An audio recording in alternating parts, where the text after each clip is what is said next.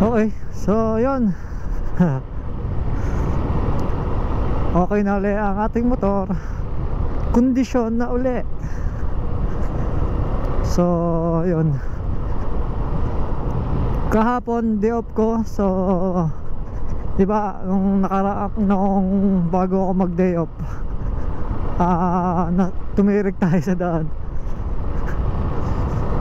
dahil yung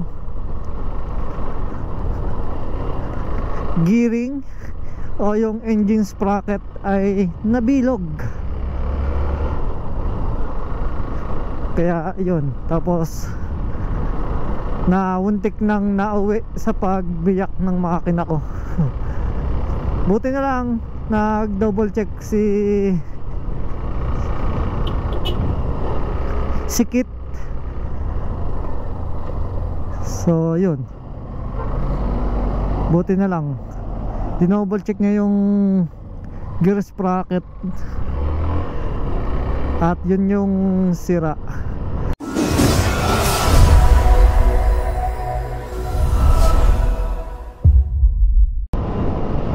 Ang smooth na ulit gamitin kasi yun nga, bagong change oil, tapos yung sa shock natin bago na yung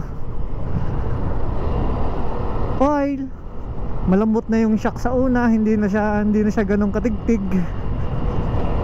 Tapos yung sa swing arm natin, palit na rin yung bushing, so hindi na siya nasayaw pag nadadaan tayo sa mga ganitong puti-puti.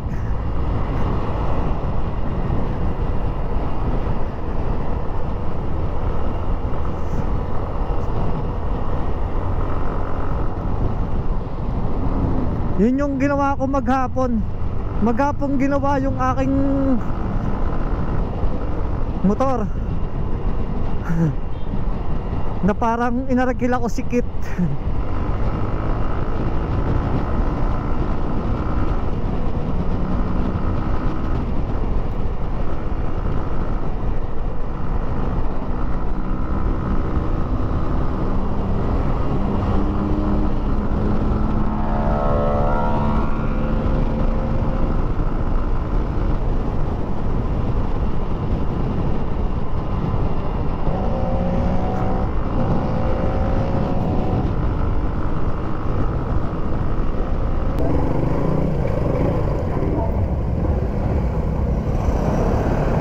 Ngayon nga pala ay linggo. Alay, traffic na naman.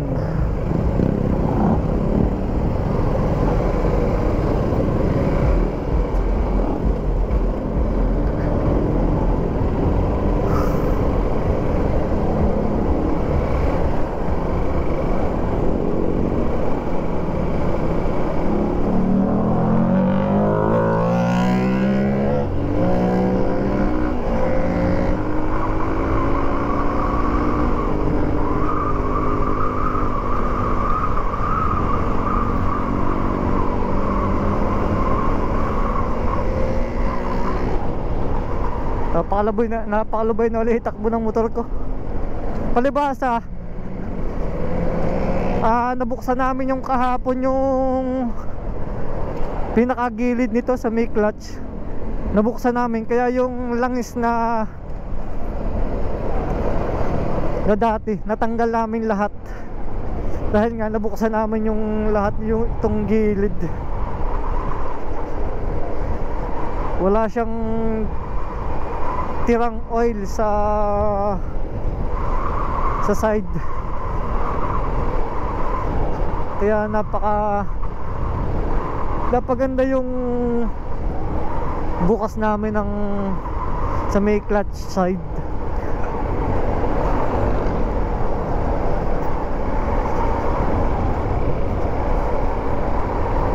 Bale yun, salamat kay Kuya Idol dahil habang ginagawa ito, siyang naging, yung motor niyang Kawasaki yung naging service ko Tapos tsaka kay Clarence na apisan ko din, na siya naman naging service ko pag bili-bili ng mga pyesa. Dahil ang iba kasi wala si Kay Ernie, naubusan siya. So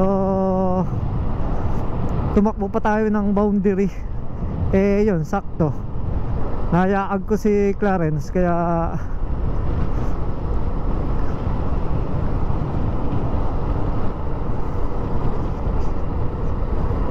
napabilis din yung biyahe natin. Hindi na ako nagbiyahe-biyahe, inayaag lang akong pisan. Yun, kaya naayos na uli ang motor. So tuturo ko sa inyo kung saan ako tumirik nung isang gabi. Yan, dyan ako sa tapat na yan, sa tapat ng e-bike na durog. Nagulat ako nung gabi, pagtigil ko yung e-bike, durog. Yun nga pala yung e-bike na binangga ng truck. Kaya yan, tapos yun, nagpalit na rin tayo ng gulong panghulihan. Kaya medyo yung likod ko, yung hulihang parte, diba nagpalit na nga ako ng shock, tapos nag 120 pa ako ng gulong. So mas tumuwad ang likurang gulong ko. Halwa na. Ang sarap ng idaan sa mga lubak-lubak. Hindi na ako parang nangangabayo. Hindi na masakit sa braso pag nalulubak ako.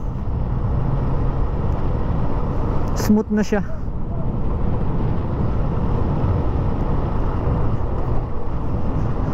So yun, eto, papasok nga pala ako ng trabaho. Closing na naman. At as usual, walang pagbabago. Closing, kulang na naman. May absent na naman. Lagi na lang pag closing schedule ko, hindi na ako makakumpleto ng kasama na yung kumpleto ba yung ship namin, kumpleto sa yung closing ship. Lagi na lang may kulang.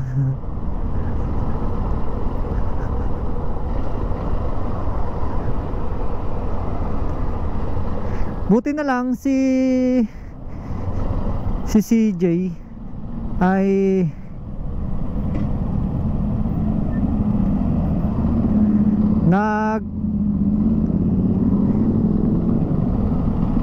presenta na magi-straight. So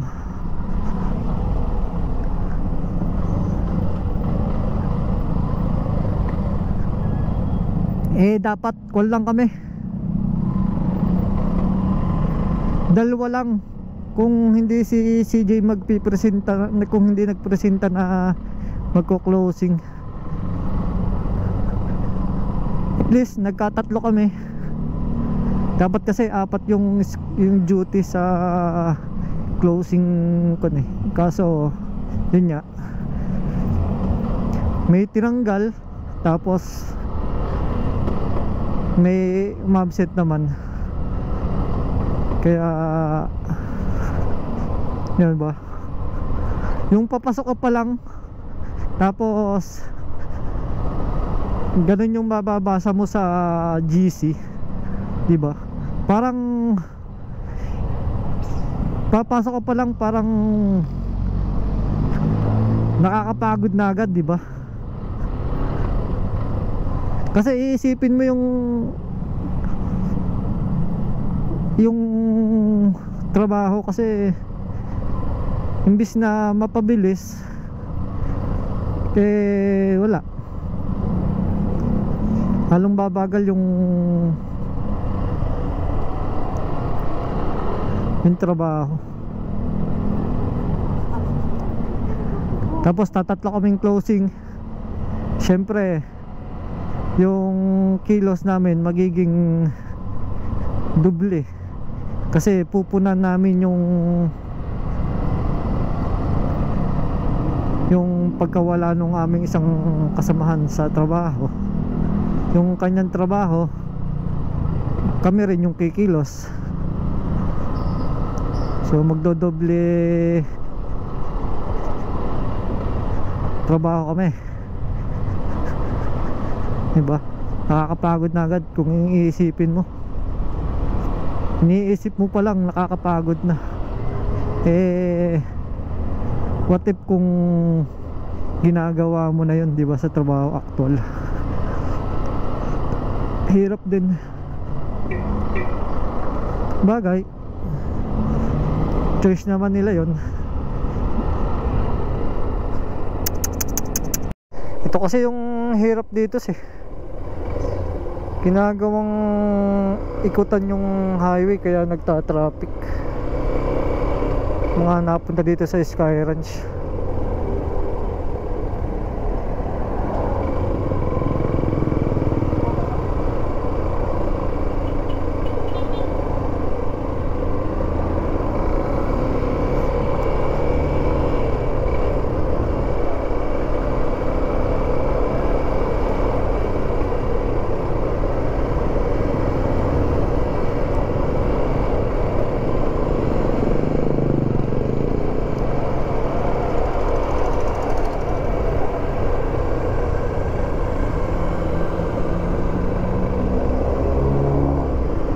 Namin na mamasyal, no? Tapos si Sir Gavin may multor ngayon sa Dasma. Sayang, no? Kung day off lang ako, puntahan ko yun. Kaso hindi. Sayang. Pwede naman natin puntahan, kaso ang hirap kasi yung umpisa ng mall tour 2. Ang pasok ko 6:30. So magagahol ako sa oras, tapos traffic pa ngayon, lalo na doon sa Dasma. Traffic doon. May mga ginagawa kasing daan doon sa parting silang at saka yung silang pababa na yan, kaya ang hirap din sumuksok doon. Maipit tayo sa traffic.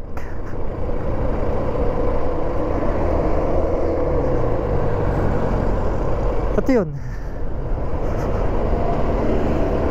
balik.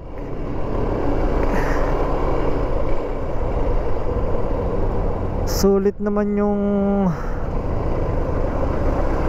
maghapon ko kahapon sa motor shop. Dahil maganda yung kinilabasan nitong aking motor. Pag nadaan ako sa mga ganyang lubak-lubak, parang dinuduyan na lang ako. Nasunod na lang sa lubak. Wala na yung sakit sa braso tsaka sa tiyan pagka ako ba matigtig, nawala yung tigtig. Yun. Kaya lagi ako doon nagpapagawa kasi doon kasi ito hiyang sa Kanakoy Ernie.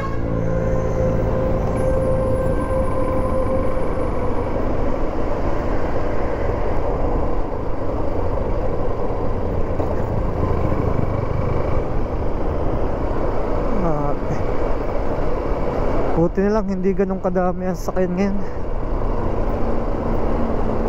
Kaya nag-aagahan ko din yung alis sa amin para ma-traffic man okay lang. Kasi mahaba pa yung oras ko. Medyo napaga ang dating natin kasi nga medyo maluwag. Nakakasingit-singit tayo.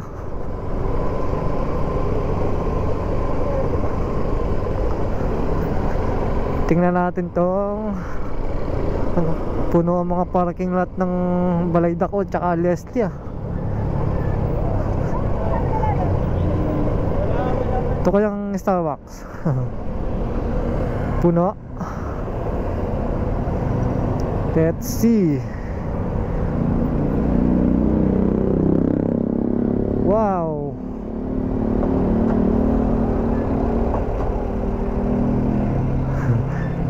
Totally full. Puno. Puno din.